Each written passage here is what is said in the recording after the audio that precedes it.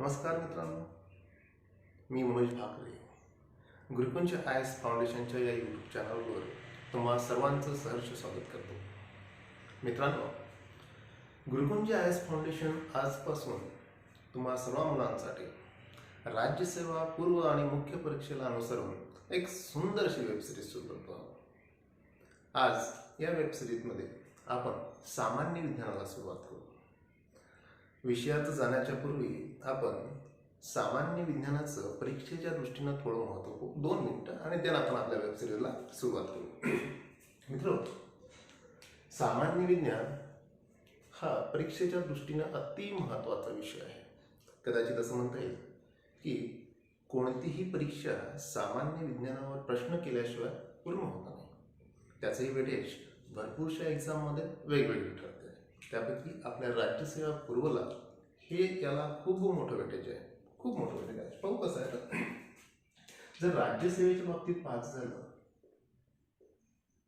तर राज्यसेवेला पूर्व परीक्षेमध्ये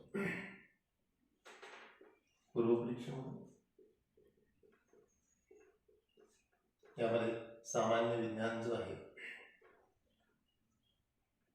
यात एकंदरीत तुम्हाला फिजिक्स, केमिस्ट्री, बॉटनी आणि झुलॉजी या 4 विषयाचा अभ्यास करावा लागेल. राज्यसेवेच्या पूर्व परीक्षेमध्ये आपण पाहतोय की 2 पेपर आहेत, पेपर 1 आणि पेपर 2, जो सीसॅट आहे. तर राज्यसेवेच्या पूर्व परीक्षेमध्ये सामान्य विज्ञानाला किती महत्व आहे. जर आपण पेपर 1चं जर अनालिसिस केलं तर तुम्हाला एक बाब दिसते की पेपर 1 मध्ये किमान 15 ते 22 पर्यंतचे प्रश्न सामान्य विज्ञानावर आहे. 100 क्वेश्चन पैकी जवळजवळ 15 ते 22 क्वेश्चन हे सामान्य विज्ञानावर आहे. दरवर्षी तर 22 क्वेश्चन येत नाही, पण इन ॲव्हरेज जर पकडतो म्हटलं तर नियर अबाउट 18 प्रश्न ॲव्हरेज क्वेश्चन सामान्य विज्ञानावर आहे. म्हणजे 18 × 36 मार्क. 36 मार्क जे आहे हे पेपर 1ला पूर्व परीक्षेचे सामान्य विज्ञानावर आहे. खूप मोठं वेटेज आहे. परंतु एक गोष्ट पुन्हा लक्षात घ्या मित्रांनो, जर तुम्ही सीसॅटचा विचार केला तर सीसॅट मध्ये सुद्धा सामान्य विज्ञानावर प्रत्येक पेपरला किमान 3 पॅसेजेस आहेत, 3 उतारे आहेत. सीसॅट मध्ये सुद्धा 3 उतारे येतात. जसं 2017चा जर पेपर पाहिला तर 2017च्या पेपरमध्ये एक उतारा रिॲक्शन आहे, रासायनिक अभिक्रिया आणि त्याच्या पद्धती. एक उतारा मेंडल आणि वनस्पती म्हणजे बॉटनीशी संबंधित आहे. मेंडल आणि वनस्पती वर्गीकरणाशी संबंधित आहे, संकरशी संबंधित आहे दुसरं. आणि तिसरा पॅसेज जो होता तो फिजिक्सशी संबंधित होता, त्या म्हणजे भौतिक अवस्था. 2017च्या जर तुम्ही सीसॅटचा पेपर पाहिला तर याच्यामध्ये ही 3 उतारे स्पष्ट सामान्य विज्ञानाचे आहे. बऱ्याच वेळेस असं होते की या 3 उतारांपैकी 2 उतारे जे आहे जनरल सायन्सवर आहे, तर एक उतारा जो आहे 2 उतारे, तर एक उतारा जो आहे तो सायन्स अँड टेक्नॉलॉजीवर आहे. प्रत्येक पेपरला आहे जवळजवळ 3 पॅसेजेस हे सामान्य विज्ञानावर. तर म्हणाल की सर सीसॅटचा अभ्यास पण याच्यात होईल का, तर मुद्दा असा आहे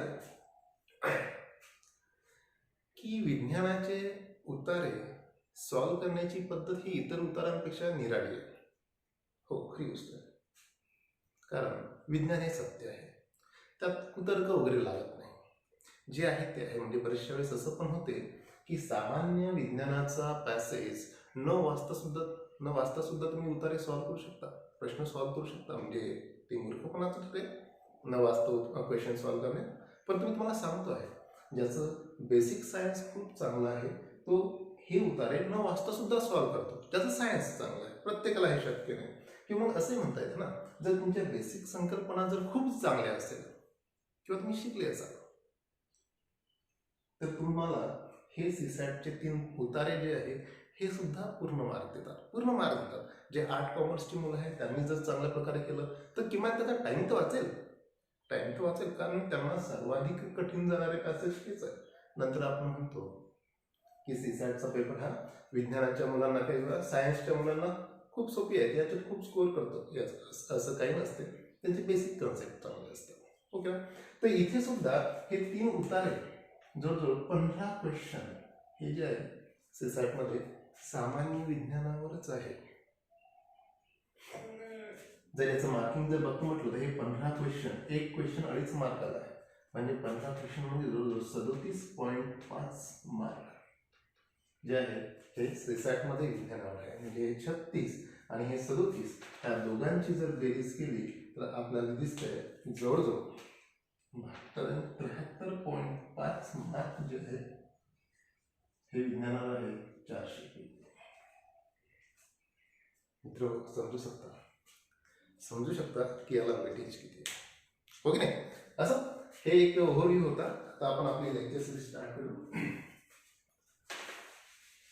आणि मित्रांनो पुन्हा एक गोष्ट लक्षात ठेवा, यासाठी संदर्भ काय वाचायचा, यासाठी अभ्यास काय करायचा आहे, कशातून करायचा आहे, तर सामान्य विज्ञानासाठी हे चारही पार्ट जे आहे हे तुम्ही NCERT बुक 10th पर्यंतचे केले तरी चालेल.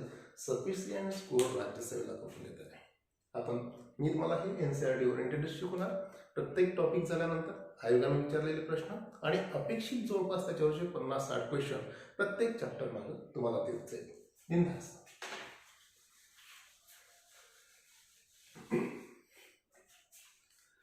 तर मित्रांनो आज आपण सामान्य विज्ञानामध्ये फिजिक्समध्ये लाईट हा चॅप्टर शिकू. प्रकाश खूप महत्वाचा चॅप्टर आहे, खूप मोठा पण चॅप्टर आहे आणि खूप इंटरेस्टिंग आहे, खूप भारी, खूप मजा येईल, खूप मजा येईल. मित्र प्रकाश म्हणजे काय, पहिला महत्वाचा प्रकाश म्हणजे काय तर साधी गोष्ट आहे. प्रकाश आहे म्हणूनच तुम्ही मला पाहून राहिले, हो की नाही.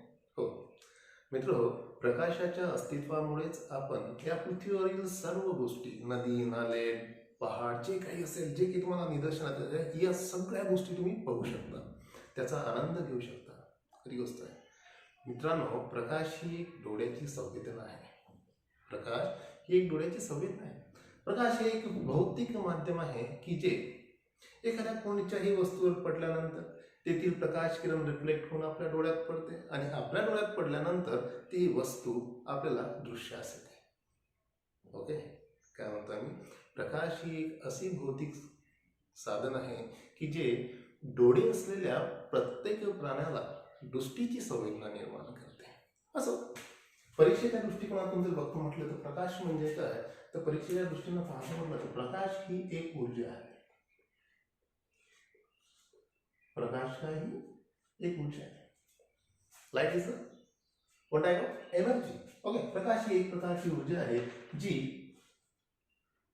इलेक्ट्रो मॅग्नेटिक रेडिएशन च्या स्वरूपात एका ठिकाणाहून दुसऱ्या ठिकाणी प्रसारित होते.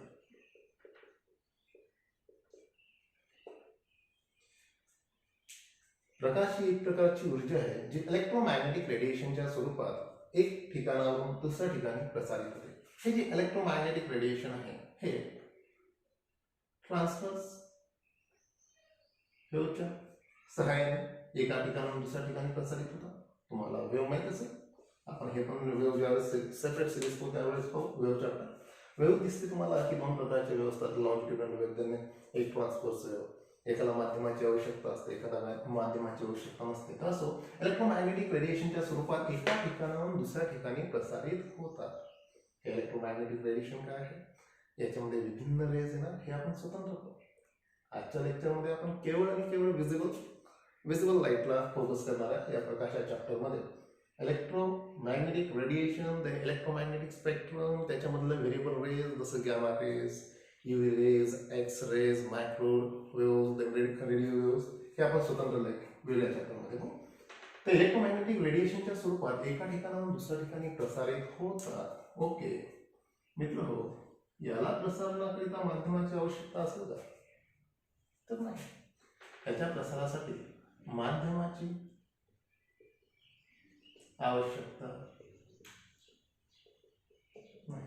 महत्वाचं आहे, कारण ध्वनी सुद्धा एक प्रकारचे किंवा आपला आवाज किंवा ध्वनी सुद्धा वेव्हच्या स्वरूपातूनच प्रसारित होतो. जसं वेव्ह जर पाहिले तर हे पण दोन प्रकारचे दिसतात ना तुम्हाला. एक लॉन्जिट्युडिनल आणि दुसरा ट्रान्सव्हर्स वेव्ह. लॉन्जिट्युडिनल वेव्ह ध्वनीच्या प्रसारासाठी, ट्रान्सव्हर्स वेव्ह प्रकाशाच्या प्रसारासाठी. याला माध्यम हवं, याला माध्यम हवं, याला माध्यम नको. लक्षात घ्या, हा चॅप्टर स्वतंत्र करू आपण, पण एक साधी बेसिक संकल्पना. याला माध्यमाची आवश्यकता नसते, कारण ही एक प्रकारची काय ट्रान्सव्हर्स वेव्ह इलेक्ट्रोमॅग्नेटिक रेडिएशनच्या स्वरूपात किंवा इलेक्ट्रोमॅग्नेटिक वेव्हच्या स्वरूपात एका ठिकाणाहून दुसऱ्या ठिकाणी प्रसारित होते. ठीक आहे, त्याला माध्यमाची आवश्यकता नसते. ओके, ठीक. याचं संक्रमण, प्रकाशाचं संक्रमण जर बघतो म्हटलं बघा, नेक्स्ट प्रकाशाचे संक्रमण. प्रकाशाचे संक्रमण जर बघितलं तर एक सरळ रेखीय संक्रमण, सरळ रेषीय संक्रमण, स्ट्रेट लाईन प्रोपगेशन आहे. Straight line propagation. लक्षात घ्या मित्रांनो, प्रकाशाचे संक्रमण म्हणजे प्रकाश जो होतो तो एक सरळ रेषेमध्ये जातो, एक स्ट्रेट लाईन मध्ये जातो, राईट. स्ट्रेट लाईन मध्ये जातो. याचाच परिणाम जो असतो की तुम्ही छाया पाहता, सावली, प्रत्येक छोट्या छोट्या वस्तूची सावली बघणं शक्य आहे. कशामुळं? कारण लाईट स्ट्रेट जातं. छाया आहे, त्यानंतर चंद्रग्रहण आहे, सूर्यग्रहण आहे, हे सरळ रेखीय संक्रमण म्हणजे प्रकाशाचं जे संक्रमण होते हे ते एक सरळ रेषीय संक्रमण असते, स्ट्रेट लाईन प्रोपगेशन असते. पण त्याला एक अट आहे. अट काय आहे? महत्वाची आहे. कारण भविष्यात तुम्ही पाहणार की प्रकाश वळला, प्रकाश ज्यावेळेस एका माध्यमातून दुसऱ्या माध्यमात जात होता त्यावेळेस त्यांनी आपली म्हणजे जे प्रवास करण्याचा दिशा आहे ती बदललेली आहे. हे भविष्यात दिसेल. तारे लुकलुकताना दिसतात. याच्या मागचं जे कारण तर रिफ्रॅक्शन होतं, म्हणजे प्रकाश ज्यावेळेस तुमच्या डोळ्यापर्यंत येतो तो मार्ग बदलत येतो म्हणून तो लुकलुकताना दिसतंय असं आपण समोर पाहू. परंतु तिथे मार्ग बदलताना दिसतात, है ना. तर इथं अट आहे, एक अट आहे. काय? माध्यम एकच हवं, माध्यम एकच हवं. समजतं? ठीक आहे. असं प्रकाशाचे संक्रमण जर बघितलं तर तो सरळ रेषीय संक्रमण आहे, स्ट्रेट लाईन प्रोपगेशन आहे. याचेच परिणाम जे ते छाया वगैरे किंवा सूर्यग्रहण जे पाहतो आपण हे तुमच्या प्रकाशाच्या स्ट्रेट लाईन प्रोपगेशनमुळे शक्य होत आहे. then याला एक अट बोलतोय ते म्हणजे काय? तर माध्यम एकच हवं. तर माध्यम जर बदललं तर प्रकाश दिशा सुद्धा बदलेल. त्यालाच तुम्ही रिफ्लेक्शन ऑफ लाईट म्हणता. ठीक आहे. असं ते भविष्यात नंतरचा टॉपिक.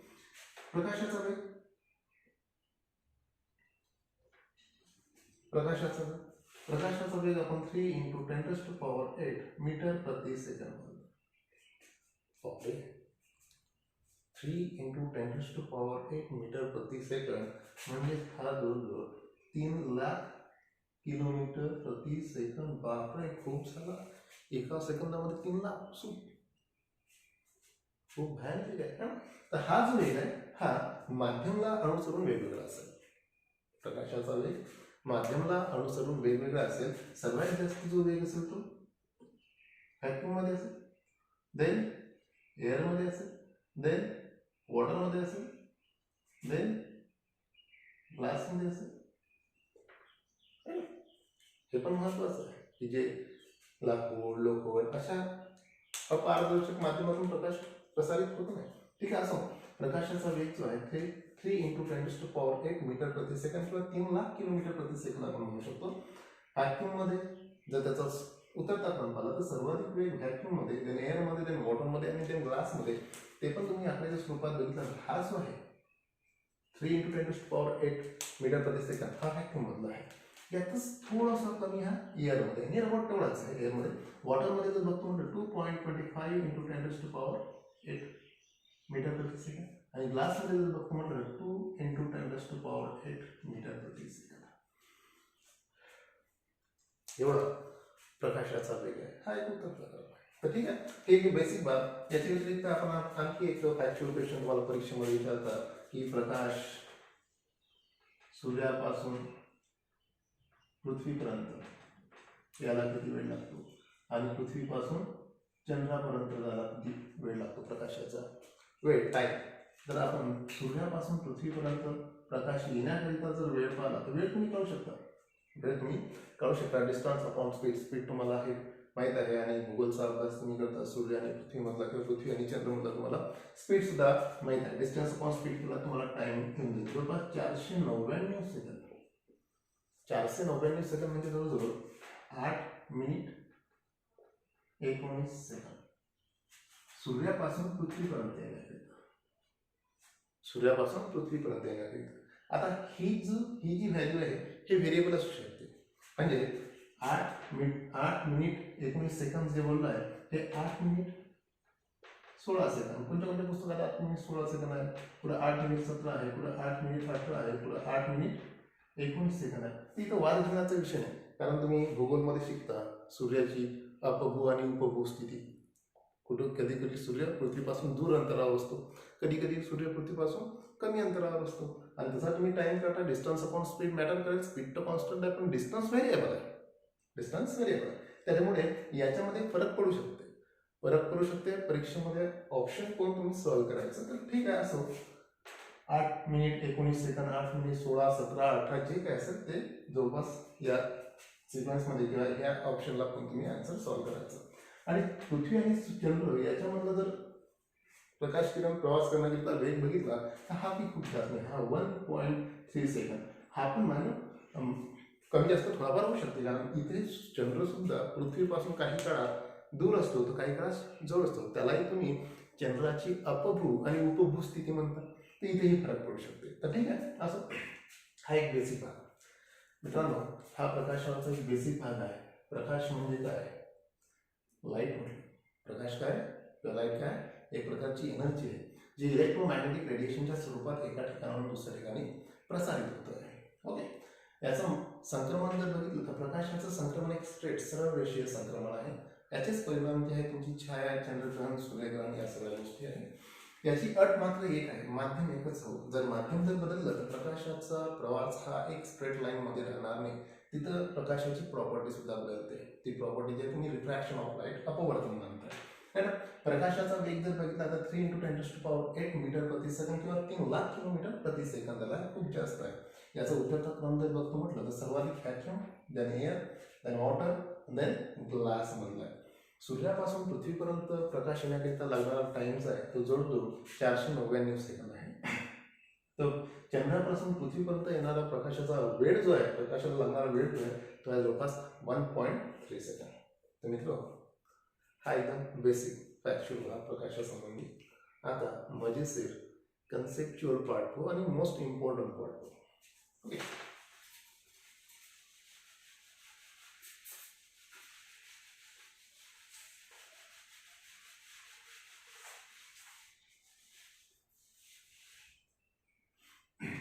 Properties of light.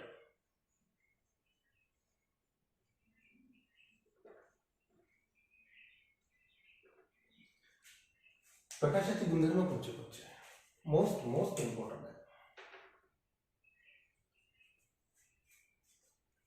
पहिले तुम्ही ओरली बोलून देतोय किंवा फास्ट मध्ये लिहून सुद्धा देतो. जसं reflection of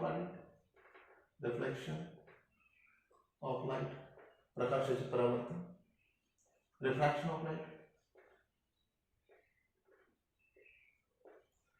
then total internal reflection of light, पूर्ण अंतर्गत परावर्तन, याला मी मराठीमध्ये सगळ्यांचे नाव सांगेन. Then scattering of light, then dispersion of light,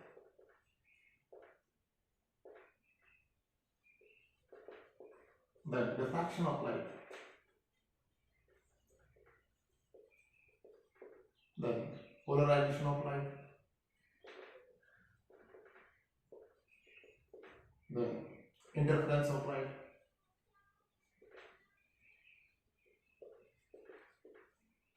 then आणखी बघू शकतो फोटो इलेक्ट्रिक इफेक्ट.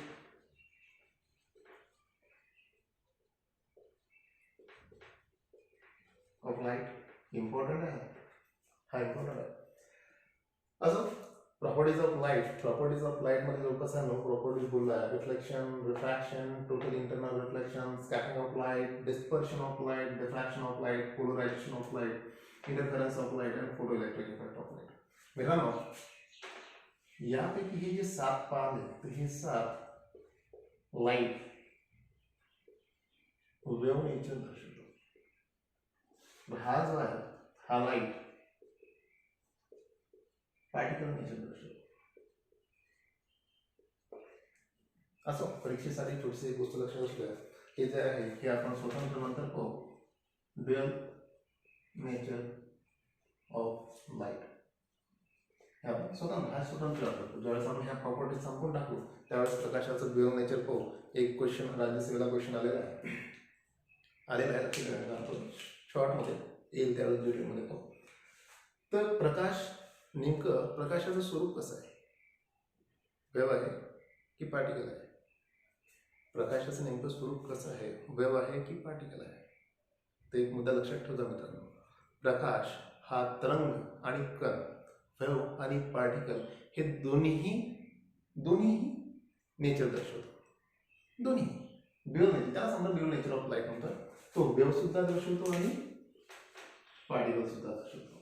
म्हणजे फिजिक्समध्ये प्रकाश किंवा लाईट हा चॅप्टर शिकताना या सगळ्या प्रॉपर्टीज वेव्ह प्रूव्ह करते, पण ही प्रॉपर्टी वेव्ह प्रूव्ह करत नाही. त्यावेळेस ही प्रॉपर्टी प्रूव्ह करण्यासाठी त्याला आपल्याला पार्टिकल्स म्हणावं लागतं. कसं म्हणावं लागतं, काय म्हणावं लागतं आपण नंतर पाहू. आणि याच्याचमध्ये जो राज्यसेवेला क्वेश्चन आला होता की जे लाईटमध्ये जे एनर्जी बंडल असतात त्याला काय म्हणतात, असा एक क्वेश्चन होता.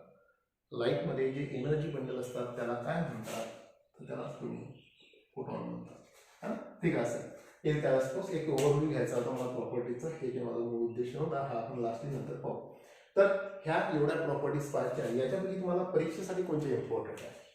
Reflection, refraction, total internal reflection, scattering and dispersion. Those are most important for prelim examination.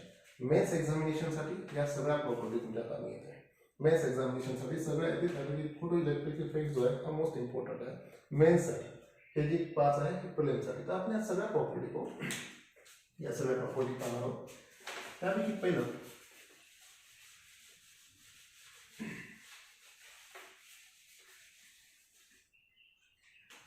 Number 1 ची property reflection of light. Reflection of light याच्यामध्ये काय काय पाहायचं आहे, सगळं परीक्षेला अनुसरून पाहायचं आहे. मुद्दा लक्षात घ्या, काय काय पाहायचं आहे.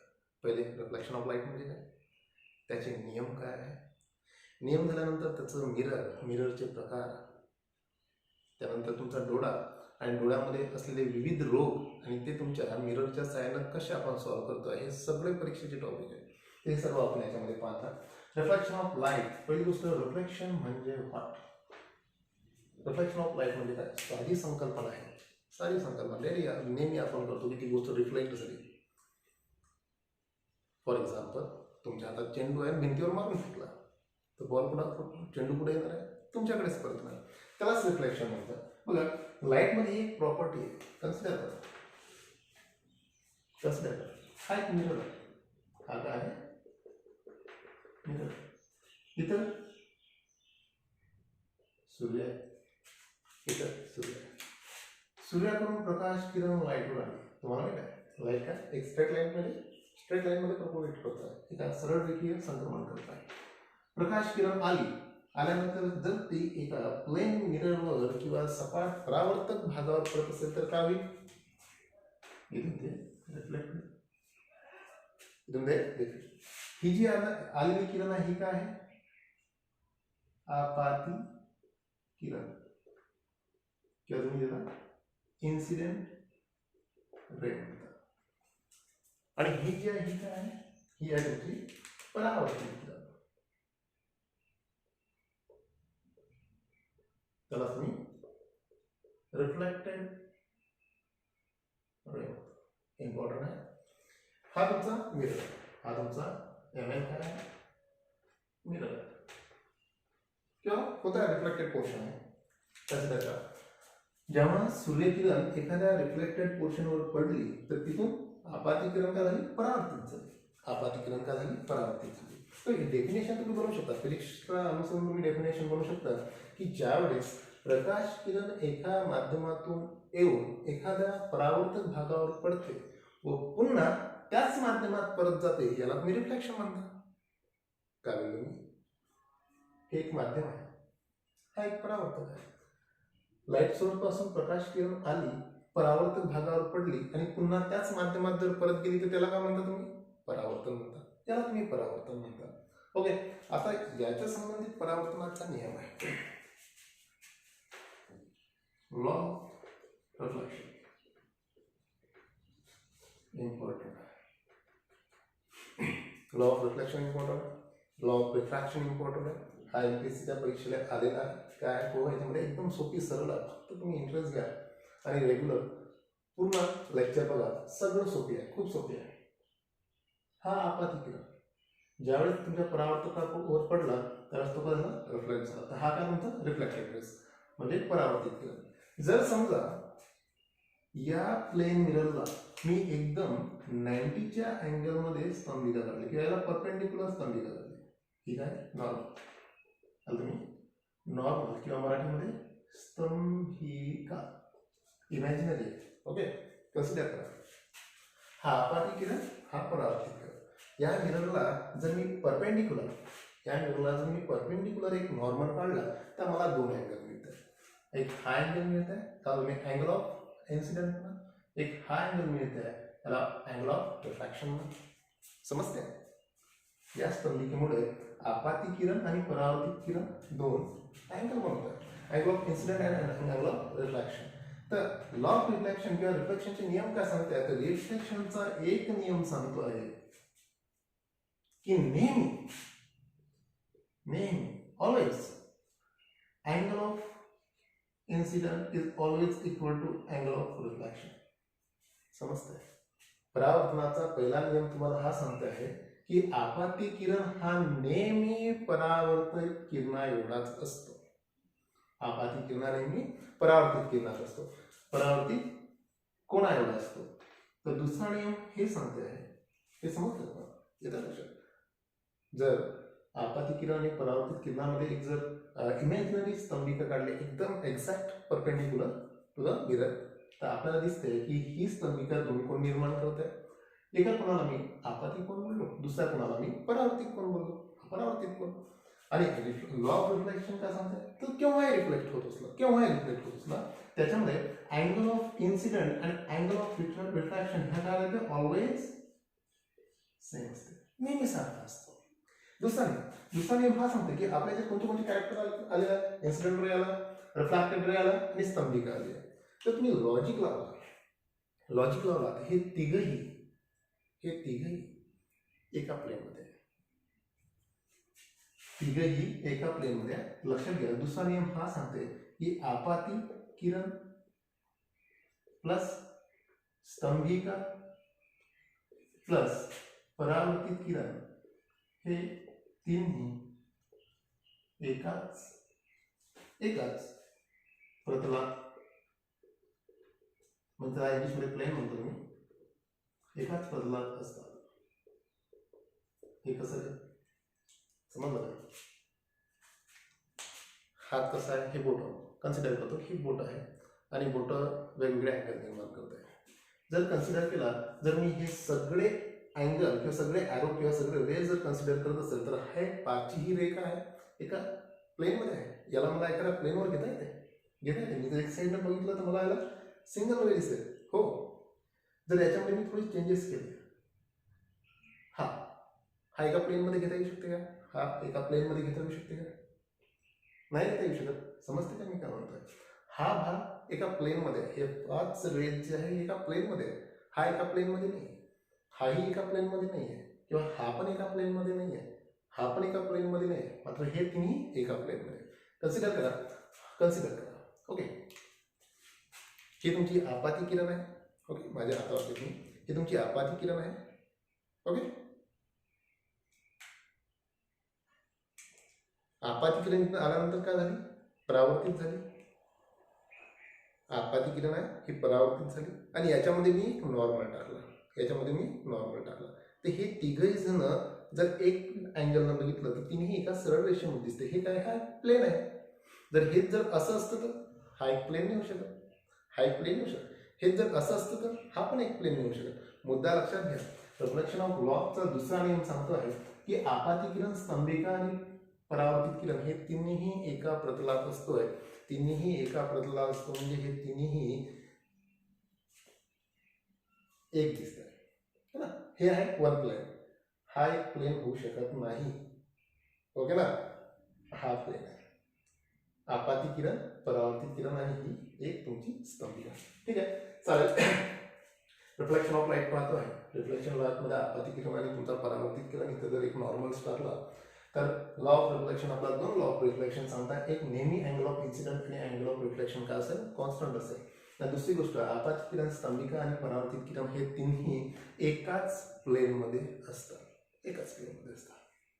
मित्र, सहज म्हणून विचारतोय आता, हे जे परावर्तन आहे हे पण दोन प्रकारचं असू शकतं. याचा स्क्रीनशॉट घेऊन घ्या. हे जे परावर्तन आहे हे परावर्तन सुद्धा दोन प्रकारचं असू शकतं. जो सांगता इम्पॉर्टंट नाही आहे परंतु तरी आपण करू. एक रेग्युलर आणि इरेग्युलर, किंवा त्याला डिफ्यूज रिफ्लेक्शन सुद्धा म्हणतात. रेग्युलर मध्ये कन्सिडर करतोय की हा मिरर आहे किंवा मग एक प्लेन पार्ट आहे, याच्यावर आपाती किरण येत आहे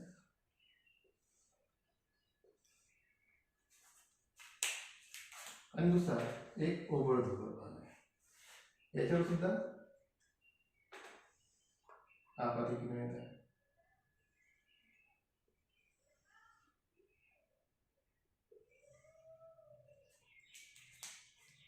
इथे असं परावर्तनानंतर हा भाग असं, हा तुमचा इन्सिडेंट रेज, हा तुमचा रिफ्लेक्टेड रेज. इथे सुद्धा हा तुमचा इन्सिडेंट रेज आणि रिफ्लेक्टेड रेज जर काढतो म्हटलं तर याचं रिफ्लेक्शन वेगवेगळं होऊ शकतं.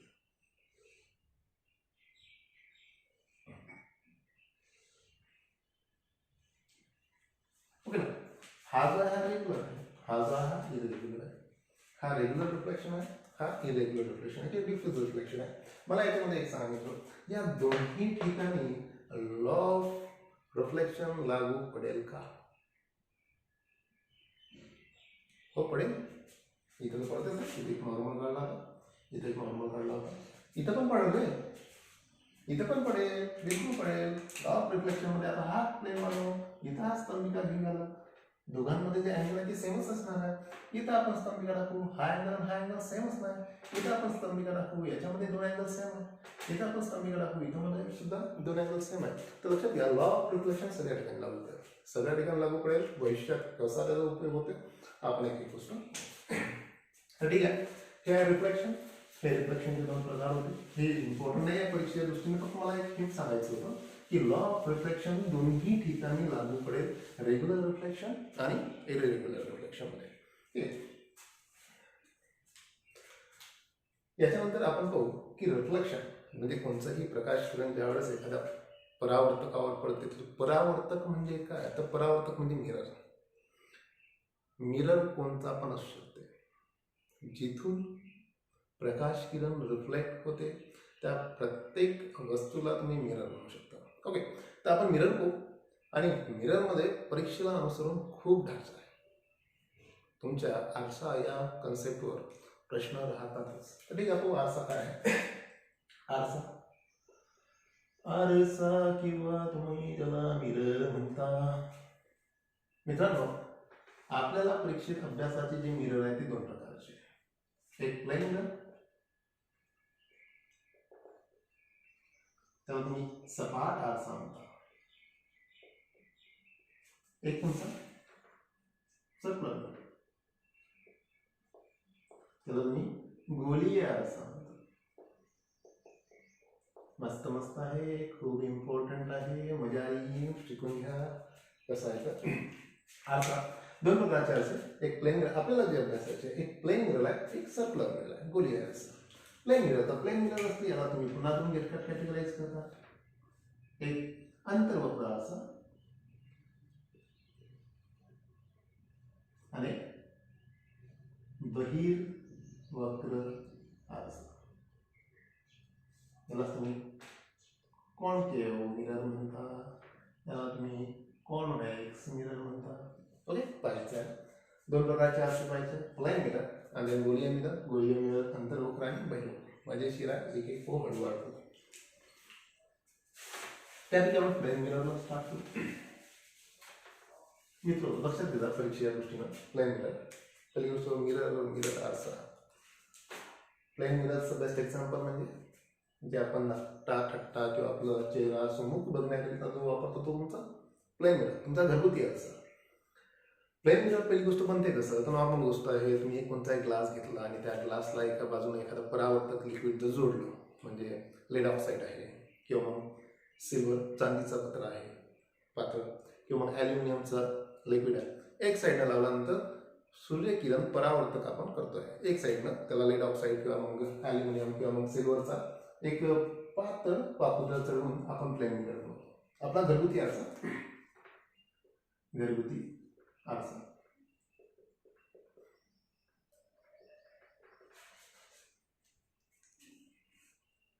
यात आपण पाहायचं की या आरशामध्ये नेमक्या इमेजेस कशा तयार होतात, नेमक्या त्या इमेजेसचं स्वरूप कसं असते, आणि याच्या व्यतिरिक्त इतरही काही वैशिष्ट्ये पाहायचं की जे परीक्षेच्या दृष्टीने इम्पॉर्टंट असतात. मित्रांनो, घरगुती आरशामध्ये जे आपण रोज पाहतो त्याच्यामध्ये नेमके इमेजेस कशा तयार होतात परीक्षेच्या दृष्टीने अति महत्वाचं आहे, इम्पॉर्टंट. पहा, प्रतिमेची स्थिती.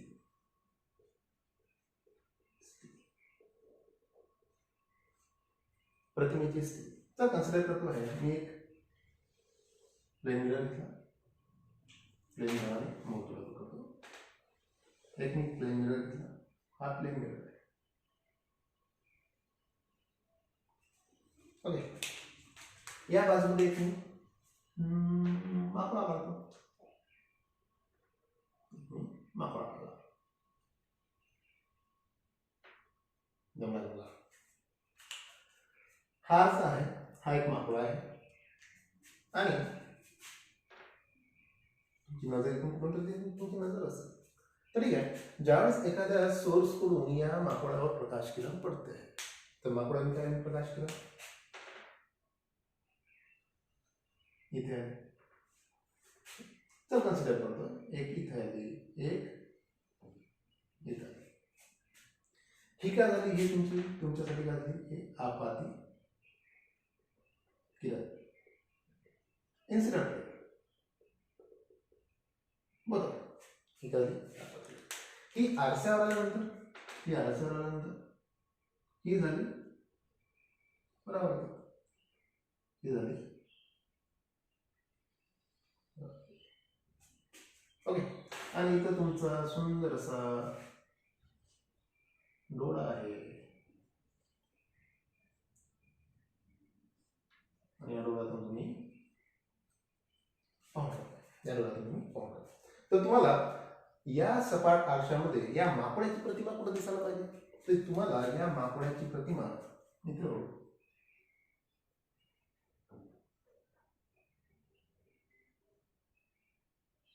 इथे दिसायला पाहिजे.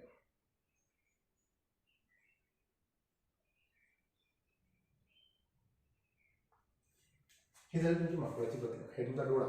मुद्दा लक्षात घ्या, हळूवर राहा. प्लेन मिररमध्ये किंवा घरगुती आरशामध्ये प्रतिमेची स्थिती काय असते, प्रतिमेची स्थिती काय असते, इम्पॉर्टंट क्वेश्चन आहे, इम्पॉर्टंट क्वेश्चन आहे. इथे माकडा हा प्लेन मिरर घेतला, काहीतरी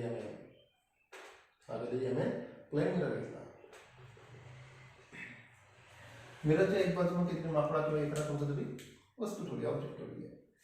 त्या ऑब्जेक्टची या मिररमध्ये प्रतिमा कुठे होते, कुठे दिसते, तर तुम्हाला एक बाब दिसेल की तुम्हाला प्रतिमे या माकडाची प्रतिमा इथे कुठेतरी दिसते, इथे कुठेतरी दिसते. तर ही नेमकी स्थिती काय आहे, एक एक गोष्ट व्यवस्थित लक्षात घ्या. सर्वात पहिली आणि मोस्ट इम्पॉर्टंट बाब, सर्वात महत्वाची, प्रतिमा कुठे मिळत असते, जेथे परावर्तित किरण एकत्र येतात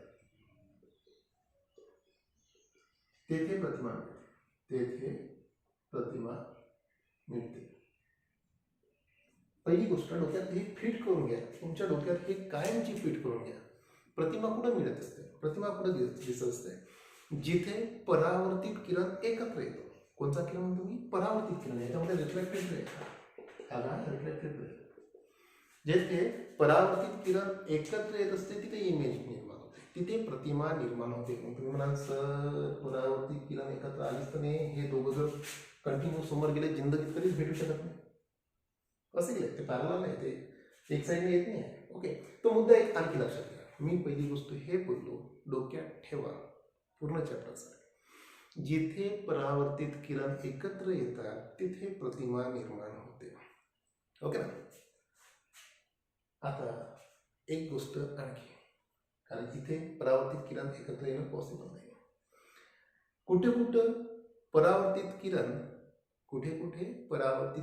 वास्तविकरित्या एकत्र येतात, तर कुठे कुठे परावर्तित किरण हे आभासी एकत्र येतात. समजतंय का? पहिला मुद्दा लक्षात घ्या. प्रतिमा कुठे बनते? जिथे परावर्तित किरण एकत्र येईल.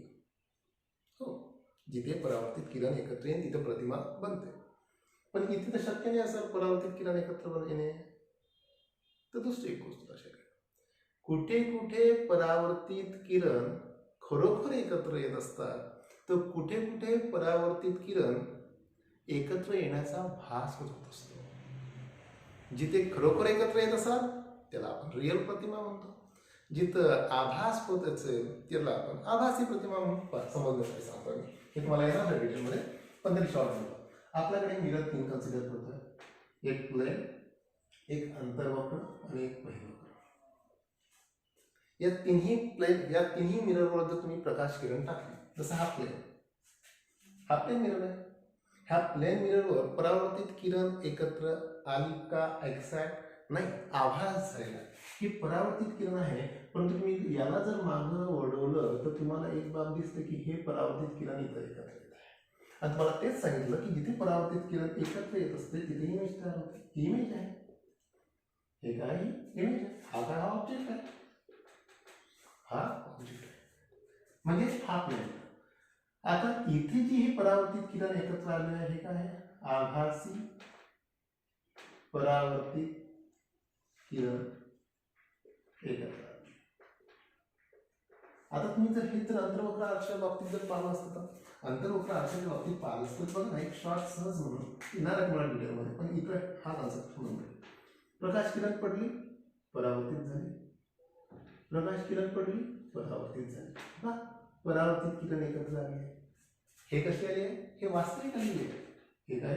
वास्तविक आलेली आहे. वास्तविक एकत्र आली आहे. हे जर बहिर्वक्र आरशाच्या बाबतीत पाहिलं असतं तर हे प्रकाश किरण पडलं, हे बहिर्वक्र आरसा. ओके, हा बहिर्वक्र आहे, हा अंतर्वक्र आरसा. प्रकाश किरण आली, रिफ्लेक्ट झाली. प्रकाश किरण आली, रिफ्लेक्ट झाली. जिंदगीत कधी एकत्र येऊ शकतात का? नाही. पण याच्यातही इमेज निर्माण होते, कारण हा पण एक मिरर आहे. पण इथेही जे मिरर निर्माण होते हे परावर्तित किरण, ज्यावेळेस हे आभासी परावर्तित किरण जर आपण मागं वाढवले तर तुम्हाला दिसतंय की इथे इमेज तयार होणार. येतं लक्षात घ्यायचं महत्वाचं आहे. काय म्हणतो इमेज कशी फॉर्म होते? आपण इमेजची स्थिती पाहतोय. सध्याला आपल्याला प्लेन मिरर आलेला आहे, बाकी सगळं डिटेलमध्ये पाहायचं आहे. पहिला आणि सर्वात महत्वाची गोष्ट मी ही बोललो, जिथे परावर्तित किरण एकत्र येतात तिथे प्रतिमा मिळते. तिथे प्रतिमा मिळते. इम्पॉर्टंट बात. कधी कधी परावर्तित किरण वास्तविक एकत्र येतात, तर कधी कधी आभासी एकत्र येतात. कधी कधी वास्तविक एकत्र येतात, कधी कधी इथे किंवा इथं आभासी एकत्र येतात. पण एकत्र येतात. जेव्हा एकत्र येईल तेव्हाच इमेज तयार आहे. ज्यावेळेस आभासी एकत्र येतात त्यावेळेस जे इमेज निर्माण होते ते व्हर्च्युअल इमेज राहते, आभासी प्रतिमा. जिथं वास्तविकरित्या एकत्र येतात तिथं जी इमेज राहते ते रिअल इमेज राहते. म्हणजे ही जी इमेज असेल ही इमेज कशी असेल? हे इमेज कशी असेल? आभासी प्रतिमा असेल, व्हर्च्युअल इमेज असेल. पट्ट्या? हो. ज्यावेळेस परावर्तित किरण एकत्र येतात, जिथे एकत्र येतात तिथे इमेज निर्माण होत असते. ओके, कुठं कुठं ते खरोखर एकत्र येतात, जिथे खरोखर एकत्र येतात तिथे रिअल इमेज मिळते, आणि कुठं कुठं एकत्र येण्याचा आभास होतो. इथेही एकत्र आले परावर्तित किरण, पण हे आभासी आहे, त्याला आपण आभासी प्रतिमा म्हणतो. तर ठीक आहे, आपण प्लेन मिररचं पाहत होतो. तर पहिली कंडिशन तर हे पाहिली होती. ओके, याची स्थिती पाहतो आपण. तर मग प्लेन मिररमध्ये वस्तूची प्रतिमा कशी निर्माण होते आहे? प्लेन मिररमध्ये वस्तूची प्रतिमाची स्थिती कशी आहे ते एक लक्षात घ्या. पहा एक बाब, ही जी प्रतिमा आहे, पहिली कंडिशन कशी आहे? आभासी आहे. आभासी प्रतिमा मिळते.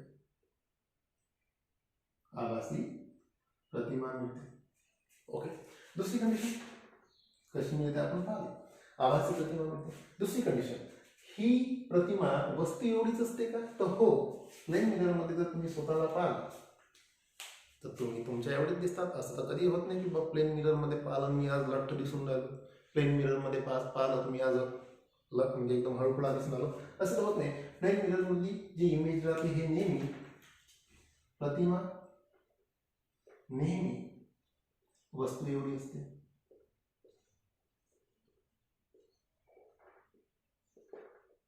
दुसरी गोष्ट, इमेज कधी काळ सरळ मिळते तर कधी काळ उलटी मिळते. तर आरशात, सपाट आरशात मिळणारी प्रतिमा कशी असते? ही सरळ असते. तसा प्लेन मिररमध्ये मिळणारी प्रतिमा ही सरळ असते. परंतु तुम्ही एक ऑब्झर्व केलं नेहमी, तुम्ही उजवा हात वर्त केला तर आपली इमेज जी आहे डावा हात वर्त करते. तुम्ही उजवा डोळा बंद केला तर प्रतिमा जी आहे तुमचा डावा डोळा बंद करते. म्हणजे इमेज सरळ आहे, परंतु कशी आहे? Lateral inverse. म्हणजे काय? पार्श्व उलटी. मुद्दा लक्षात घ्या. वस्तूची प्रतिमा सरळ आहे, जशी आहे तशीच आहे वस्तूची प्रतिमा. तुम्ही उभे आहे तर पाय खाली आणि डोकं वरतच दिसते, म्हणजे प्रतिमा तुमची सरळच आहे. परंतु उजवा हात वर्त केला तर डावा हात प्रतिमा वर्त करते. म्हणजे ही जी स्थिती आहे, ही स्थिती आहे तुमची लॅटरल इनव्हर्स किंवा पार्श्व उलटी. वस्तूची प्रतिमा एक्झॅक्ट आरशाच्या कुठे मिळते? समोर मिळते की मागे मिळते?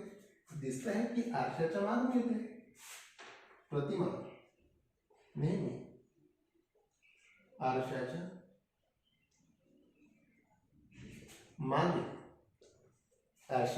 मागे तेवढ्याच अंतरावर मिळते. हे सुद्धा इम्पॉर्टंट आहे.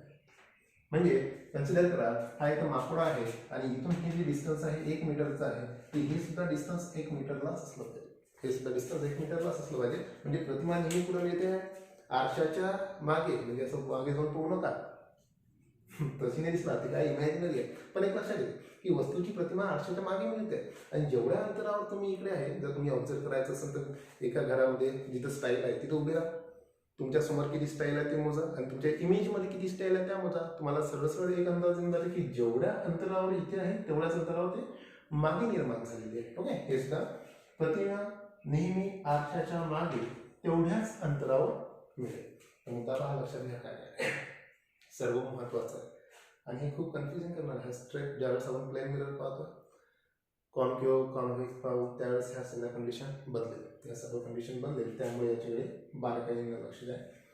प्लेन मिररमधल्या प्रतिमेच्या स्थिती पाहतो आहे. कशा मिळेल प्रतिमेची स्थिती? सर्वात पहिले पाहिलं की जी प्रतिमा मिळते ती आभासी मिळते. कोण आभासी मिळते? तर हे कन्सेप्ट डोक्यात बसलेला आहे, कारण परावर्तित किरण एकत्र येण्याचा आभास निर्माण होत आहे, म्हणून ते काय आभासी प्रतिमा आहे. प्रतिमा नेहमी वस्तू एवढीच राहते. कधी असं होणार नाही प्लेन मिररमध्ये की तुम्ही एखाद्या वेळेस जास्त जाडे दिसून आले, कधी बारीक दिसून आले. ही नेहमी सरळ असते, परंतु ही कशी आहे? लॅटरल इनव्हर्स आहे, पार्श्व उलटी आहे. उजवा हात वर्त केला तर इमेज डावा हात वर्त करते. ही प्रतिमा नेहमी आरशाच्या मागे तेवढ्याच अंतरावर मिळते. तर ह्या सगळ्या स्थिती आहेत परीक्षेसाठी इन प्लेन मिररमध्ये वस्तूची स्थिती कशी असते? सरळ असते, उलटी असते, आभासी असते, त्यानंतर रिअल असते, त्यानंतर वस्तू एवढी असते किंवा वस्तूपेक्षा लहान असते, सो अँड सो. तर या सगळ्या इम्पॉर्टन्स बाबतीत या प्लेन मिररसाठी लागू होते. समजलं? याच्या बाबतीत काही इम्पॉर्टन्स बाबी याचा स्क्रीनशॉट काढून घ्या.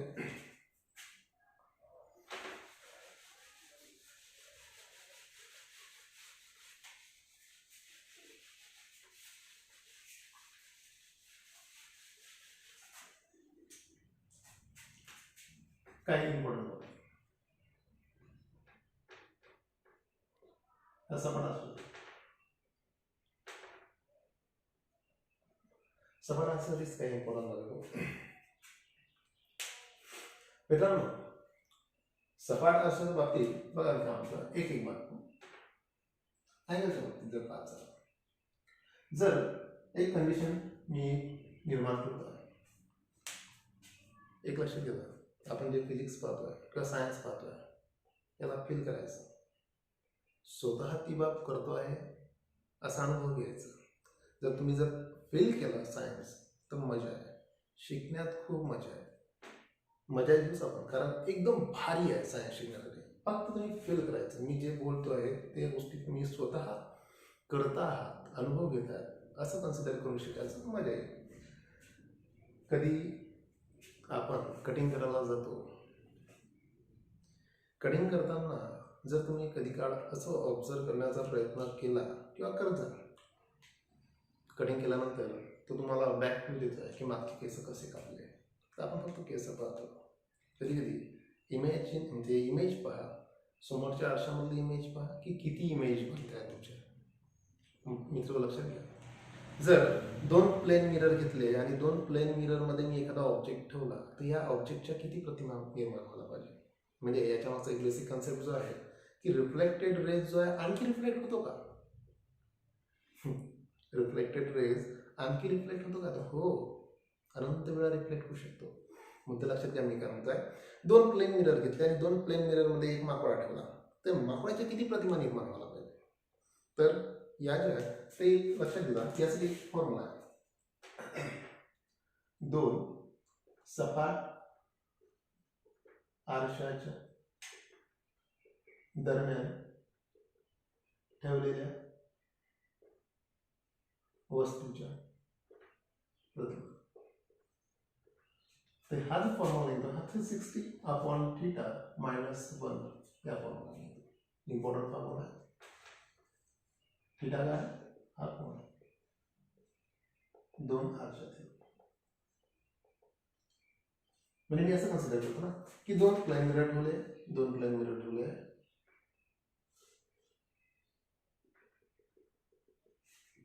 एक मिनिट 90 अँगलमध्ये, आणि याच्या दरम्यान मी एक काय ठेवला, एक ऑब्जेक्ट ठेवला, याच्या दरम्यान मी ऑब्जेक्ट ठेवला, या ऑब्जेक्टच्या किंवा एक व्यक्ती उभा आहे, तर या ऑब्जेक्टच्या किती प्रतिमा निर्माण व्हायला पाहिजे, त्या ऑब्जेक्टच्या प्रतिमा,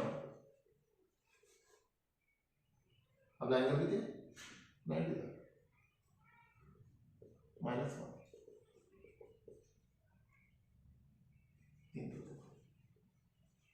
लक्षात घ्या. दोन प्लेन मिरर जे तुमच्या अँगलमध्ये ठेवले असेल त्या अँगलमध्ये एखादी ऑब्जेक्ट ठेवलं तर वस्तूच्या नेमक्या किती प्रतिमा मिळायला पाहिजे, त्यासाठी हा 360/θ - 1 हा फॉर्म्युला आहे. ओके, 360/θ - 1, म्हणजे हा अँगल जर 180 चा असेल तर, आणखी बघा एकच इमेज मध्ये हा अँगल जर पॅरलल असेल तर, एक कंडिशन. दुसरी कंडिशन, दोन प्लेन मिरर ठेवलेले आहे आणि दोन प्लेन मिरर मध्ये तुम्ही उभे आहे, कटिंग करण्याच्या दुकानात गेले, त्याच्या दोन्ही ओरला दोन्ही मिरर आहे आणि त्याच्या दरम्यान तुम्ही उभे आहे, तर तुमच्या किती प्रतिमा मिळायला पाहिजे, त्याच्यामधला अँगल काय, 360/0 - 1, दॅट मीन्स हा infinity -1 is equal to infinity. अनंत प्रतिमा मिळेल. लक्षात घ्या, एक गोष्ट नेहमी डोक्यात फिट करून घ्या, जेव्हा एखादी प्रतिमा दोन पॅरलल प्लेन ग्लासमध्ये ठेवली तर तुमच्या किती प्रतिमा मिळते, अनंत, अगिनत एवढ्या साऱ्या प्रतिमा मिळते. म्हणजे एक लक्षात, ही पण बाब लक्षात घ्या की रिफ्लेक्टेड रे पुन्हा रिफ्लेक्ट होऊ शकतो, तो सुद्धा आपण रिफ्लेक्टेड रे कन्सिडर करू शकतो, हा नेहमी रिफ्लेक्टेड रे कन्सिडर करू शकतो. तर हा एक बाब असं नेहमीसाठी लक्षात, दोन प्लेन मिरर मध्ये जर कोणता अँगल असेल तर मिळणाऱ्या प्रतिमांची संख्या कोणत्या फॉर्म्युला निघेल, ते फॉर्म्युला निघेल. ओके, आणखी एक बाब लक्षात,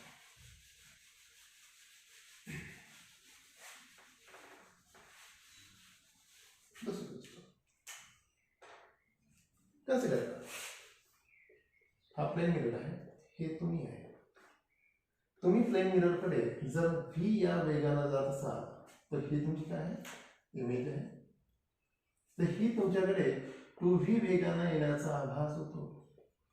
ही पण लक्षात घेतलं. प्लेन मिररच्या एका बाजूने तुम्ही आहे सोडून तुमची प्रतिमा आहे. तुम्ही प्लेन मिररकडे जर v या वेगाने जात असाल तर तुमची प्रतिमा तुमच्याकडे दुप्पट वेगाने येण्याचा आभास होतो. हा आभास आहे. ही पण एक गोष्ट परीक्षा दृष्टीने MCQ साठी लक्षात घ्या. नंबर 3 एक पूर्ण व्यक्तीची प्रतिमा मिळण्याकरिता प्रतिमा मिळण्याकरिता त्याच्यापेक्षा किमान अर्ध्या उंचीचा प्लेन मिरर आवश्यक आहे. कमीत कमी लक्षात घ्या. काय म्हणतो आम्ही व्यक्तीची पूर्ण प्रतिमा मिळण्यासाठी किमान त्यापेक्षा पूर्ण प्रतिमा मिळण्यासाठी किमान त्या व्यक्तीच्या अर्ध्या उंचीचा आरसा सपाट असा असणे आवश्यक आहे. समजतं मी काय म्हणतो? ही तिसरी कंडिशन. जर तुम्हाला तुमची पूर्ण प्रतिमा जर एखाद्या आरशात पाहायची असेल तर त्या आरशाची हाईट कमीत कमी किती असली पाहिजे? तर कमीत कमी तुमच्या हाईटच्या अर्धी असली पाहिजे. तुम्ही जर 6 फुटाचे तर तुम्हाला तुमची इमेज पूर्ण जर पाहायची असेल ग्लासमध्ये तर तुम्हाला कमीत कमी 3 फुटाचा असावा लागेल. कमीत कमी 3 फुटाचा असावा लागेल. MCQ साठी हे लक्षात घ्या. या सगळ्या गोष्टी MCQ साठी तुम्हाला 4 स्टेटमेंटसाठी जे स्टेटमेंट बनते त्यासाठी लक्षात घ्या. तर आणखी एक चौथी गोष्ट, जर हा तुम्ही प्लेन मिरर कन्सिडर केला, हे तुमची आपाती किरण आहे, ही तुमची आपाती किरण आहे.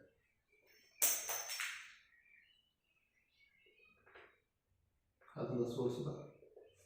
ओके. आणि हा तुमचा रिफ्लेक्टेड रे परावर्तित किरण आहे. ओके. कन्सिडर करा. जर आपाती किरण स्थिर ठेवून सपाट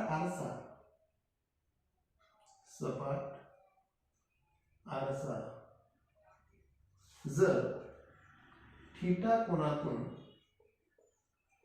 बदलला असेल,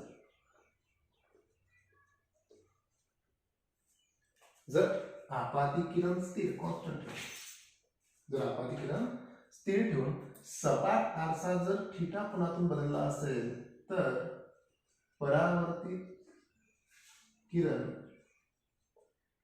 2 थीटा या कोनातून बदलेल. अच्छा, महत्वाचा स्टेटमेंटसाठी महत्वाचा आहे. पण मी काय म्हणतो, ही आपाती किरण आहे, ही परावर्तित किरण आहे, तुमचा आरसा आहे. जर मी आपाती किरण कॉन्स्टंट ठेवली आणि इमॅजिन करा, आपाती किरण काय केली मी स्थिर ठेवली. काय केलं? सपाट आरसा थीटा कोनातून बदलला. तर जर मी याला थीटा कोनातून बदलतो, हा काहीतरी मी एक अँगल बनवला 30 चा. ओके. हा बनवला 30. तर परावर्तित किरण ही 2 थीटा ने बदलेल. किंवा मी याला दुसरी काय बनवतो, हा तुमचा आपाती किरण कॉन्स्टंट. ओके. हा तुमचा आपाती किरण होता. हे तुमची सपाट आरसा, याला मी एका कोनातून बदललं. तर याच्यामध्ये मी काहीतरी किती बदलला? 30 डिग्री याला बदलला. ओके. म्हणजे थीटा इज इक्वल टू काय झालं? 30. तर परावर्तित किरण किती बदलायला पाहिजे? तर परावर्तित किरण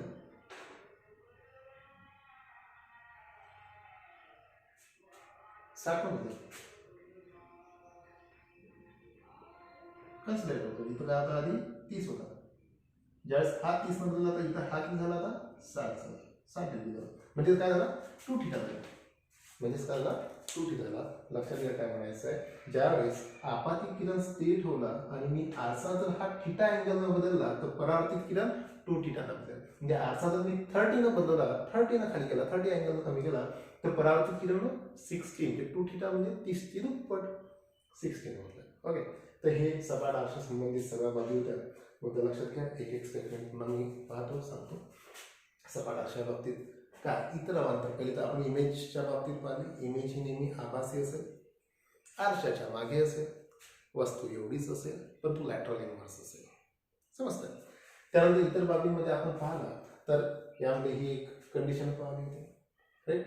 ज्यावेळेस प्रतिमा व्ही वेगानं, ज्यावेळेस तुम्ही आरशाकडे व्ही वेगानं जाताय तर तुम्हाला प्रतिमा तुमच्याकडे 2 व्ही म्हणजे त्या वेगाच्या दुप्पट तुमच्याकडे येण्याचा आभास होतो, पहिली बाब. दुसरी गोष्ट ही पाहिली होती की जेव्हा तुम्हाला जर तुमची पूर्ण प्रतिमा आरशामध्ये पाहायची असेल तर कमीत कमी तुमच्यापेक्षा अर्ध्या हाईटचा ग्लास लागेल, तुमच्यापेक्षा अर्ध्या हाईटचा ग्लास पाहिजे. आणि नेक्स्ट कंडिशन पाहिली होती की आपण आपाती किरण कॉन्स्टंट ठेवून जर ग्लास आरसा हा थिटा कोनातून बदलला तर परावर्तित किरण हा 2 थिटाने बदलते. याच्या व्यतिरिक्त आपण तो एक फॉर्म्युला पाहिला. जर 2 सपाट आरशाच्या दरम्यान जर एखादी वस्तू ठेवली असेल तर तो किती प्रतिमा बनवतोय, त्यासाठी तुम्ही फॉर्म्युला पाहिला होता 360/θ - 1. ओके, हे सर्व सपाट आरशाच्या बाबतीत होतं.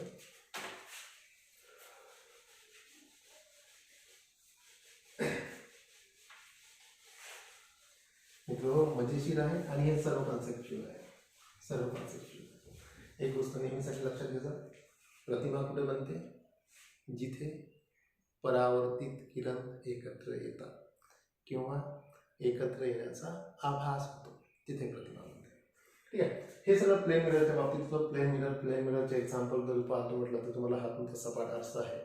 याच्या व्यतिरिक्त तुम्ही जे लहानपणी जे खेळले कॅलेडोस्कोप, ते तुम्ही पाहिलाय, खेळल्या लहानपणी. एक होलो भाग घेतला, होलो भाग राहायचा, त्याच्यामध्ये 3 ग्लास असायचे जे जवळपास 60च्या अँगलनं एकमेकाला ॲडजस्ट केलेले असायचे, दोन्ही साईडनं परावर्तक असायचे. आणि त्याच्यामध्ये तुम्ही वेगवेगळ्या रंगाचे दगड किंवा मग इतर ग्लास टाकून द्यायचे. त्याला हलवल्यानंतर तुम्हाला वेगवेगळ्या व्हेरिएबल प्रतिमा मिळायच्या, खूप सुंदर दिसायचं लहानपणी जे तुम्ही खेळले. तर तो कॅलेडोस्कोपमध्ये सुद्धा प्लेन मिररच आहे. तुमचा घरगुती अर्थ सुद्धा प्लेन मिररच आहे. याच्या व्यतिरिक्त जे पाणडुबी आहे किंवा मग सैन्य बंकरमध्ये लपलेले असतात जमिनीत खड्डा करून, तर मग शत्रू सैन्यांची हालचाली लक्षात घेण्याकरिता त्यांच्याकडे पेरिस्कोप असतो. पेरिस्कोप जो बंकरच्या वरती काढून तो खालून बघू शकते की कोण येत आहे, कोण जात आहे. तो पेरिस्कोपमध्ये सुद्धा प्लेन मिररच असते. आणि त्याच्यामध्ये जे 2 मिरर असतात, प्लेन मिरर असतात, की त्याच्यामधला जो अँगल जो असतो तो निअरबाउट 45 फिक्स केलेला असतो. तर हे MCQ साठी असू द्या. आपला तुमच्या कॅलेडोस्कोपमध्ये 3 मिरर असतात जे 60च्या अँगलनं एकमेकाला जोडलेले असतात. तर पेरिस्कोपमध्ये 2 प्लेन मिरर असतात की जे 45च्या अँगलनं एकमेकाला जोडलेले असतात. ठीक आहे. असं यानंतर तुमचा सर्क्युलर मिरर, गोलीय आरसा,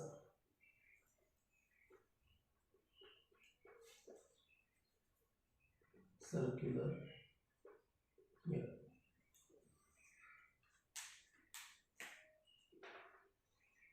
कन्सिडर करू, हाच तुमचा सर्क्युलर मिरर आहे.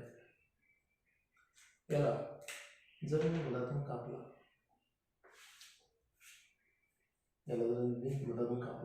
तर मला 2 आरसे मिळाला पाहिजे. एक अंतर्वक्र आरसा, एक बहिर्वक्र आरसा, कॉन्केव मिरर आणि हा कॉन्व्हेक्स मिरर. बघ मी काय एक स्पेरिकल मिरर घेतला, एक स्पेरिकल बनवता आहे ग्लास, तुम्हाला ढाचा एक स्पेरिकल गोलीय आरसा बनवला. त्याला जर मी मधातून कापला तर मला 2 भाग मिळाले, एक इकडचा भाग, एक तिकडचा भाग, एक कॉन्केव मिरर आणि कॉन्व्हेक्स मिरर. परंतु एक मुद्दा लक्षात घ्या, हे 2 भाग तर मिळाले पण या 2 भागाचे परावर्तक एरिया कोणता आहे, तो याचा परावर्तक भाग आतला आणि याचा परावर्तक भाग बाहेरचा. मुद्दा लक्षात घ्या. म्हणजे हा गोल तर मिरर होता, गोल मिरर मधला अंतर्वक्र आरशासाठी मी आतला परावर्तक केला, हा बाहेरचा परावर्तक केला, बहिर्वक्र. ओके. गोलीय आरसा आहे. गोलीय आरसा पुन्हा 2 प्रकारचे गोलीय आरसा आहे, तुमचा एक अंतर्वक्र आणि एक बहिर्वक्र. पहिले आणि महत्वाची गोष्ट लक्षात घ्या, अंतर्वक्र आणि बहिर्वक्र आरशासाठी जर कन्सिडर करा, फील करा, इमॅजिन करा, इकडे लाईट सोर्स आहे, या साईडमध्ये. ओके, लाईट सोर्स आहे, प्रकाश किरण या अंतर्मुख आरशावर पडत आहे. चल मानतोय किंवा मग एखादी इमेज आहे, तुम्ही इथे उभे आहे, तुम्ही इथं उभे आहे, प्रकाश किरण तुमच्यावर पडते. ही पहिली प्रकाश किरण पडली. स्ट्रेट निघाल नाही तर ठीक आहे. ही पहिली प्रकाश किरण तुमच्यावर पडली.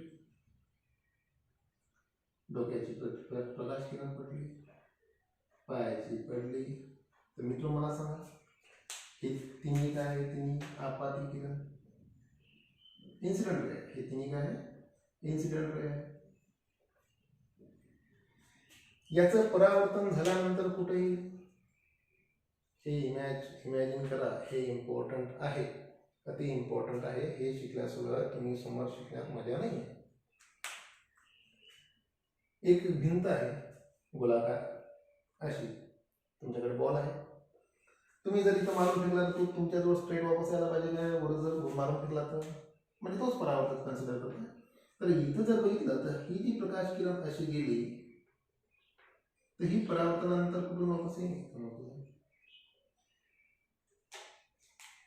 ही जी होती ही परावर्तनानंतर कुठून जाईल? ही परावर्तनानंतर कुठून जाईल? इथून जाईल. आणि ही जी गेली हे सुद्धा परावर्तनानंतर इथूनच परत वापस जाईल. मुद्दा लक्षात घ्या. हा अंतर्मुख आरसा होता, कॉन्केव्ह मिरर होता. कॉन्केव्ह मिररवर पडणाऱ्या प्रकाश किरण हा परावर्तनानंतर एका बिंदूत एकत्र येतो. एका परावर्तित किरण, परावर्तित किरण एका बिंदूत एकत्र येतात. एका बिंदूत. अंतर्वक्र आरशा बाबतीत अंतर्वक्र आरशावर पडलेल्या प्रकाश किरण या परावर्तनानंतर एका बिंदूत एकत्र येतात. म्हणजेच काय? त्याला मराठीत म्हणतो अभिसारित होतात. अभिसारित होतात शब्द हा आपण वापरतो मराठी शब्द. जर सगळ्या गोष्टी एका ठिकाणी एकत्र आल्या त्याला म्हणतो तुम्ही अभिसरण करा. या का अभिसारित होतात. हेच कंडिशन जर तिथं पाहिलं, याच्यावर प्रकाश किरण पडला, हा एक सोर्स होता, याच्यावर प्रकाश किरण पडली,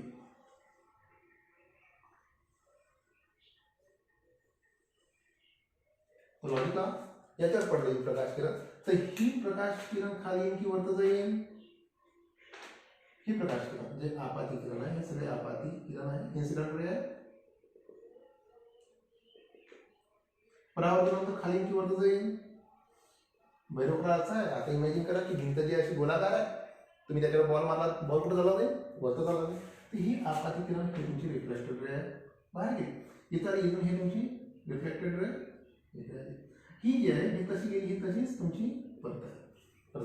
मुद्दा लक्षात घ्या, महत्वाची बाब. इथं ज्यावेळेस आपाती किरण अंतर्वक्र आरशावर पडल्या होत्या, जेव्हा त्या रिफ्लेक्ट झाल्या, परावर्तित झाल्या, तेव्हा त्या एका बिंदूमध्ये एकवटल्या. म्हणजेच काय? अभिसारित. बहिर्वक्र आरशाच्या बाबतीत जर बघायचं झालं, ज्यावेळेस आपाती किरण बहिर्वक्र आरशावर पडली, जेव्हा त्या परावर्तित झाल्या तर त्या एका बिंदूत एकवटल्या नाही. तुझं लक्षात घ्या, या एका बिंदूत एकवटल्या नाही.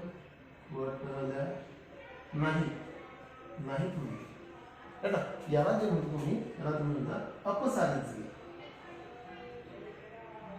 म्हणजे वेगवेगळ्या मार्गाने निघून गेल्या. तर इथं प्रकाश किरण अभिसारित झाल्या होत्या, इथं प्रकाश किरण काय झाल्या? अपसारित झाल्या. म्हणूनच अंतर्वक्र आरशाला तुम्ही काय म्हणता? अभिसारी आरसा. अंतर्वक्र आरशाला काय म्हणता तुम्ही? अभिसारी आरसा. इंग्लिशमध्ये तुम्ही कॉन्व्हर्जिंग मिरर म्हणतात. आणि याला काय म्हणता तुम्ही? म्हणून याला अपसारी आरसा. याला इंग्लिशमध्ये सोयीचं नाव आहे डायव्हर्जन. सगळ्या किरण काय झालं? Diverging mirror. या तुम्ही डायव्हर्जिंग करू शकता. म्हणजे समोर जाण्याच्या आधी ही गोष्ट अति महत्वाची आहे.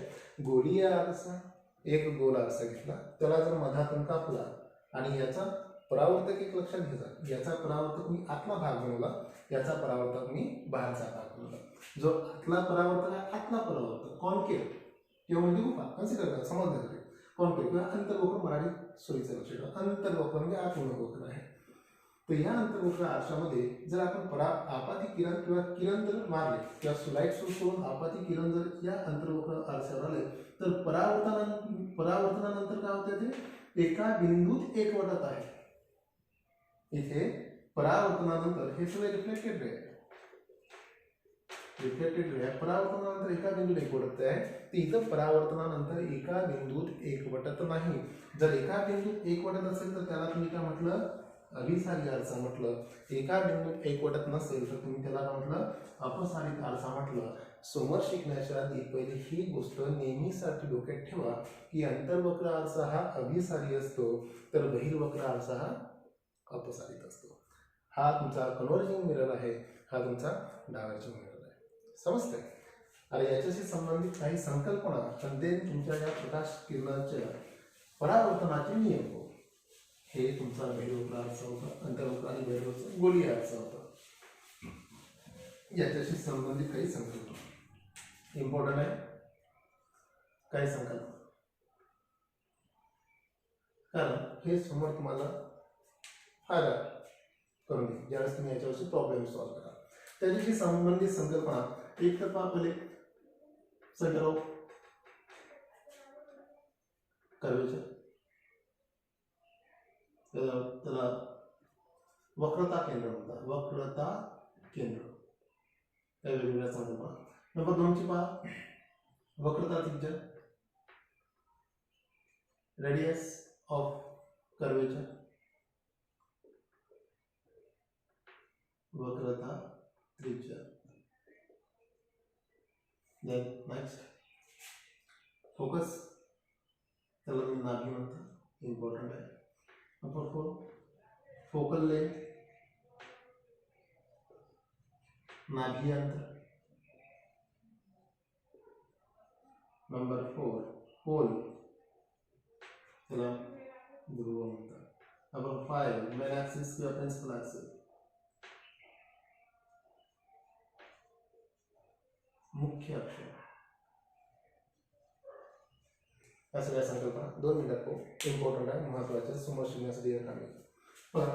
सेंटर ऑफ कर्वेचर आपण अंतर्वक्र आरसा बोलतो किंवा बाहेरवक्र, दोघांसाठी या लागू करेल. दोघांसाठी या लागू करेल. अंतर्वक्र आरशाला मी सेपरेट केलं, बहिर्वक्र आरशाला मी सेपरेट केलं. तर कन्सिडर करतो आहे की हा तुमचा अंतर्वक्र आरसा आहे. ओके, हा तुमचा अंतर्वक्र आरसा आहे, हा तुमचा बहिर्वक्र आरसा आहे.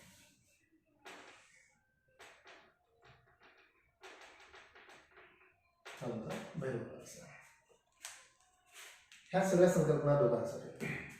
तर जर मी या अंतर्वक्र आरशाचा इमॅजिनरी गोलीय आरसा कन्सिडर केला, इमॅजिन याचा जर गोलीय आरसा कन्सिडर केला, याचा पण गोलीय आरसा कन्सिडर करते. ओके, हा अंतर्वक्र आणि बहिर्वक्र. तर या गोलीय आरसाची स्वतःची काहीतरी सेंटर असेल. या गोलीय आरसाचा स्वतःचा काहीतरी सेंटर असेल ना, केंद्र असेल ना, वर्तुळाचा केंद्र असेल ना. या गोलीय आरशाचा एक सेंटर असेल, त्याला तुम्ही वक्रता केंद्र म्हणजे याला सी ने कन्सिडर करतो. इथं हा सी मुद्दा लक्षात घ्या. अंतर्वक्र आरसा किंवा बहिर्वक्र आरसा ज्या मुख्य वर्तुळाकार किंवा गोलीय आरशाचा भाग आहे त्याचा केंद्र म्हणजे वक्रता केंद्र किंवा सेंटर ऑफ कर्वेचर किंवा याला सेंटर ऑफ स्पेरिकल ग्लास सुद्धा म्हणू किंवा कर्वेचर सुद्धा म्हणतात. Okay, then radius of curvature, सारी गोष्ट आहे. हा अंतर्वक्र आरसा घेतला होता. या अंतर्वक्र आरसा आणि वक्रता केंद्र, हा अंतर्वक्र आरसा आणि हा काय, हा या सर्कलचा वक्रता केंद्र, याच्यामधलं जे अंतर आहे ते तुमचं रेडियस ऑफ कर्वेचर किंवा वक्रता त्रिज्या. सम रिलेशन याचंही करता येईल, याचंही करता येईल. लक्षात घ्या, हा तुमचा बहिर्वक्र आरसा आहे, याच्यावर जे प्रकाश किरण येणार आहे ते इकडनं येणार आहे. हा तुमचा अंतर्वक्र आरसा आहे, याच्यावर जे प्रकाश किरण येणार आहे ते इकडनं येणार आहे. म्हणजे साधी गोष्ट आहे, सेंटर ऑफ कर्वेचर कडनं इथं लाईट रेज येणार आहे, इथे सेंटर ऑफ कर्वेचरच्या अपोजिट साइडला लाईट रेज येणार आहे. चला, मूळ गोलीय आरशाचा जो केंद्र आहे त्याला तुम्ही वक्रता केंद्र म्हटलं. मूळ गोलीय आरशाची त्रिज्या, मूळ गोलीय आरशाची त्रिज्या म्हणजेच तुमची रेडियस ऑफ कर्वेचर किंवा वक्रता त्रिज्या. नाभी, नाभी महत्वाचं आहे. नाभीच्या आधी आपण प्रिन्सिपल ऍक्सिस पाहू, त्याच्या आधी आपण पोल पाहू. चला कन्सिडर करतोय पोल पहिले पोल. हा जो तुमचा अंतर्वक्र आरसा आहे किंवा हा जो तुमचा बहिर्वक्र आरसा आहे, या अंतर्वक्र आरसाचा काहीतरी मिड पॉईंट असेल. या बहिर्वक्र आरशाचा काही कोणता तरी एक मिड पॉईंट असेल ना मिड पॉईंट. हा जो मिड पॉईंट आहे त्याला आपण पोल म्हणतो. हा जो मिड पॉईंट आहे त्याला आपण पोल म्हणतो. बहिर्वक्र आरशाचा मध्यबिंदू किंवा अंतर्वक्र आरशाचा जो एकदम मिड पॉईंट आहे त्याला आपण पोल म्हणतोय. आता या पोल आणि या सेंटर यामधून जर मी एक स्ट्रेट लाईन काढली, कन्सिडर करा, यामधून जर मी एक स्ट्रेट लाईन काढली, यामधून मी एक स्ट्रेट लाईन, ही काय आहे? ही तुमची प्रिन्सिपल ऍक्सिस, मुख्य अक्ष, मुख्य अक्ष. समजताय का म्हणतात? पोल पहा, एकदम तुमचा अंतर्वक्र आरसा किंवा बहिर्वक्र आरसाचा जो मिड पॉइंट आहे त्याला तुम्ही पोल म्हटलं. पोल आणि सेंटर ऑफ कर्वेचर मधून जी गेलेली स्ट्रेट लाईन आहे त्याला तुम्ही प्रिन्सिपल ऍक्सिस म्हटलं. इथे सुद्धा ही काय झाली तुमची प्रिन्सिपल ऍक्सिस झाली. ओके, आता मुद्दा महत्वाचा, फोकस, नाभी. नाभी कशाला म्हणतात? कन्सिडर करा की या अंतर्वक्र आरशावर काही आपाती किरण पडत आहे.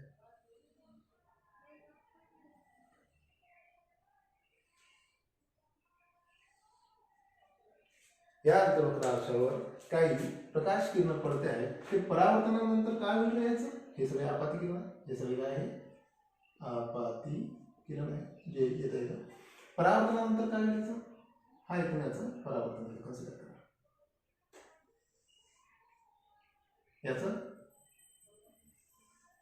याचं लक्षात घ्या, रेज लक्षात घ्या, कन्फ्युज व्हायचं काम नाही. या सगळ्यांचं काय आहे? परावर्तन. म्हणजे हे जे आहे काय आहे? परावर्तित किरण. हे काय आहे? परावर्तित किरण. ओके, तर मुद्दा लक्षात घ्या, ज्यावेळेस आपाती किरण अंतर्वक्र आरशावर पडले आणि ज्यावेळेस ते परावर्तित झाले ते सर्व एका बिंदूतून जाते आहे. ओके, अंतर्वक्र आरशावर पडलेले सगळे आपाती किरण परावर्तनानंतर एका बिंदूतून जाते. हा जो बिंदू आहे हा आहे तुमचा फोकस, नाभी.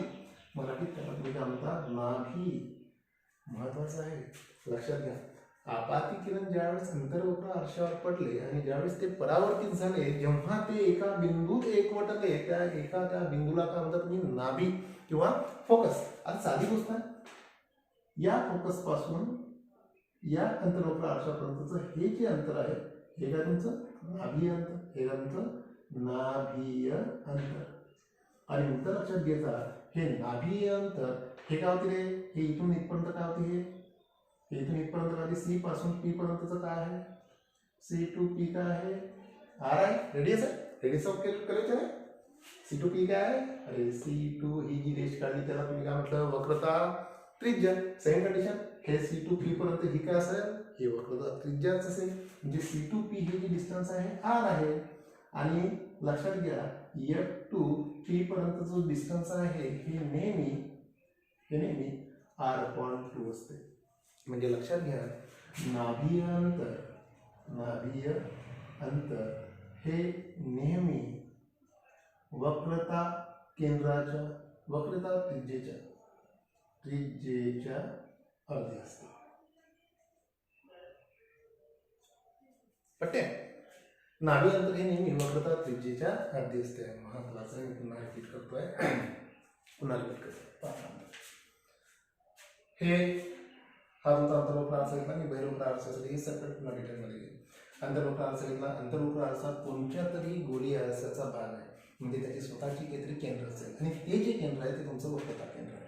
ओके, या वक्रता केंद्रापासून तुम्ही अंतर्वक्र आरशापर्यंत किंवा बहिर्वक्र आरशापर्यंत जी तुम्ही एक रेषा किंवा इमेजिनरी डिस्टन्स कन्सिडर करा, ते काय तुमची वक्रता त्रिज्या.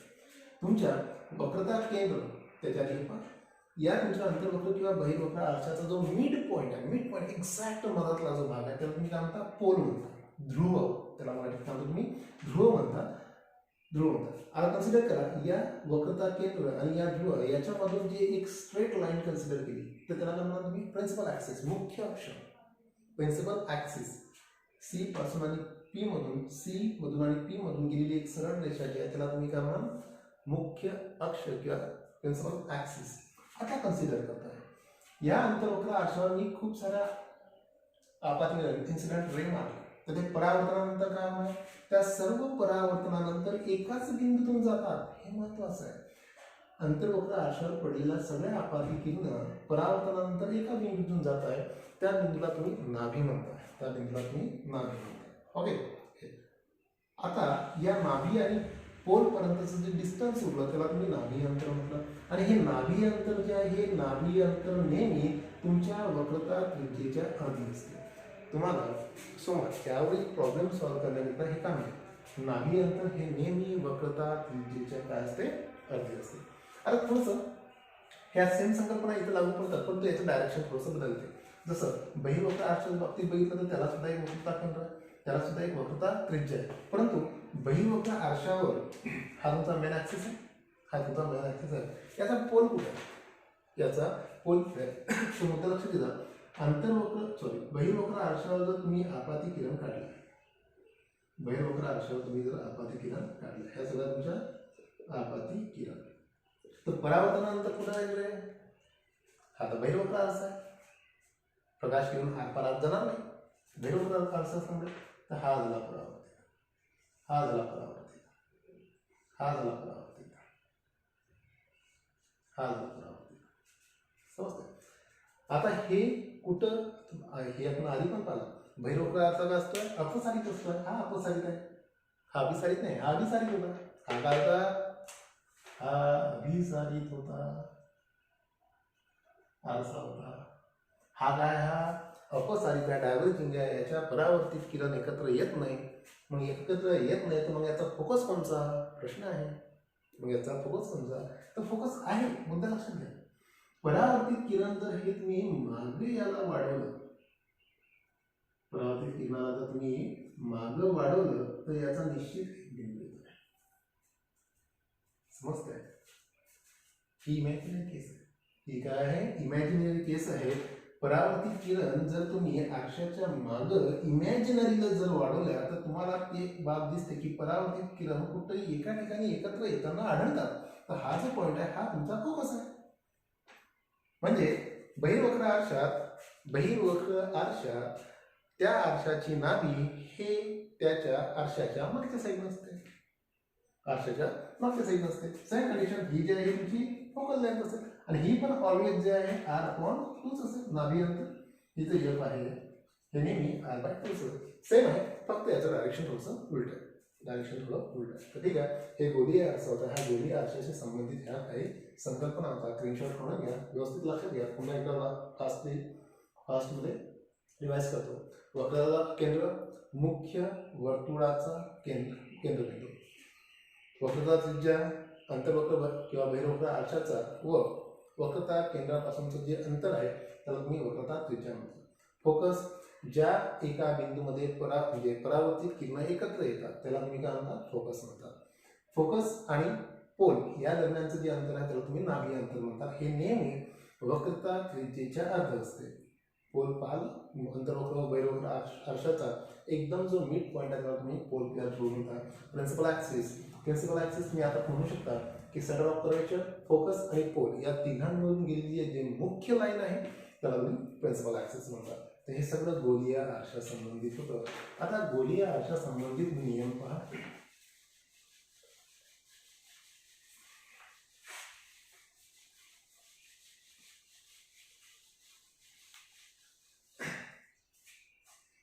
परावर्तनाचे नियम, परावर्तित किरणाचे नियम 2019च्या MP